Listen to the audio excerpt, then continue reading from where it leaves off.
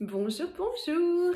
Ravie de vous retrouver en ce vendredi 5 janvier pour faire un petit rappel sur une pratique très intéressante de yoga du visage qui est la tonification musculaire en intrabuccale, mais dont je peux constater notamment dans les cours particuliers qu'elle présente souvent des petits défauts de réalisation qui font qu'elle peut finalement devenir contre-productive et vous abîmer les traits du visage. Alors déjà, la première étape quand on est sur les pratiques en intrabuccale, c'est d'avoir des mains très propres. Ce sont les pouces que l'on va en général introduire à l'intérieur de la bouche. Moi personnellement, je désinfecte mes mains avec un petit spray désinfectant. Alors je vous conseille de ne pas prendre du gel hydroalcoolique classique parce qu'il est souvent très chargé en produits chimiques et qu'après vous allez mettre les doigts à l'intérieur de la bouche.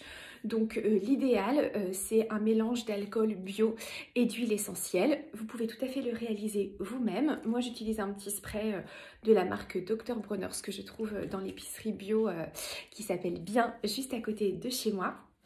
Il a un goût de menthe poivrée donc c'est très agréable en intrabuccal, mais en tout cas pensez toujours à bien vous nettoyer les mains avant toute pratique en intrabuccale et surtout les pouces.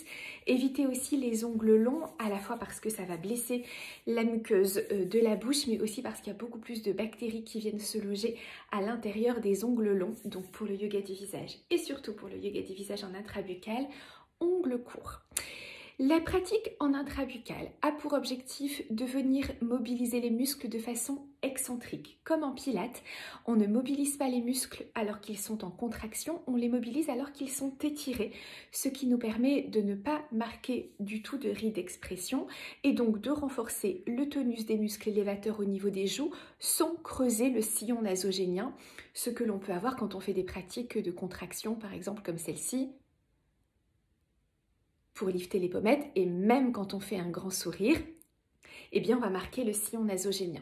Donc en intrabuccale, on mobilise toute cette musculature ici au niveau des joues avec un sillon nasogénien parfaitement étiré. Et d'ailleurs, le travail sur le sillon nasogénien, le fait de gommer le sillon nasogénien, fait aussi partie des indications de ces pratiques en intrabuccale. Toutefois, comme toute pratique super efficace, il faut bien positionner les mains, il faut bien vous regarder dans le miroir. Selon nos anatomies propres, les exercices ne nous conviennent pas à toutes. Il faut parfois changer la position des doigts, c'est ce que nous travaillons beaucoup en cours particulier de manière à trouver la position juste qui vous convient bien. Et puis si l'exercice ne vous convient pas, il vaut mieux ne pas le faire. Il y a tellement d'exercices disponibles en yoga du visage que vous allez sans nul doute trouver des pratiques qui vous conviennent. Le principe, c'est donc d'introduire les pouces à l'intérieur des joues.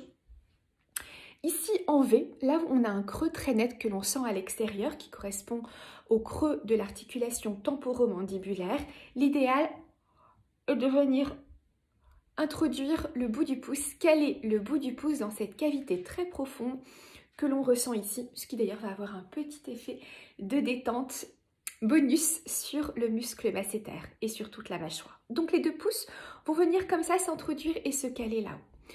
Par rapport à la position du visage, il est très important que votre visage soit toujours en extension tout au long de l'exercice de manière à ce qu'il n'y ait aucun pli qui se forme, et ce d'autant plus que vous avez une peau mature. En extension, ça veut dire que dans la position de départ, on est en grand O et dans la position de départ, on est en petit O.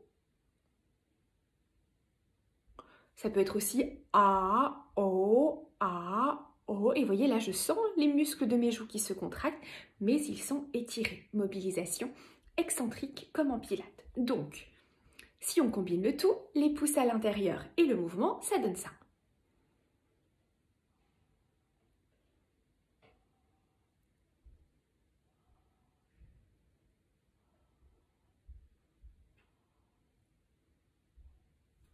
Mouvement que vous pouvez faire avec un rythme à peu près de 3 à 6 répétitions. Si votre visage fait des mouvements bizarres, si vous voyez apparaître des rides d'expression que vous n'avez pas normalement après l'exercice, si vous sentez qu'il y a trop de tension, c'est peut-être que l'exercice ne vous convient pas. Et dans ce cas-là, vous pouvez plutôt vous tourner vers des exercices à l'extérieur. Il y en a là aussi beaucoup et nous pourrons y revenir dans d'autres partages. Je vous souhaite une très belle journée. J'en profite aussi pour vous souhaiter une très belle et heureuse nouvelle année 2024 et j'ai hâte de vous retrouver pour de nombreux partages au cours des mois qui viennent. À très vite.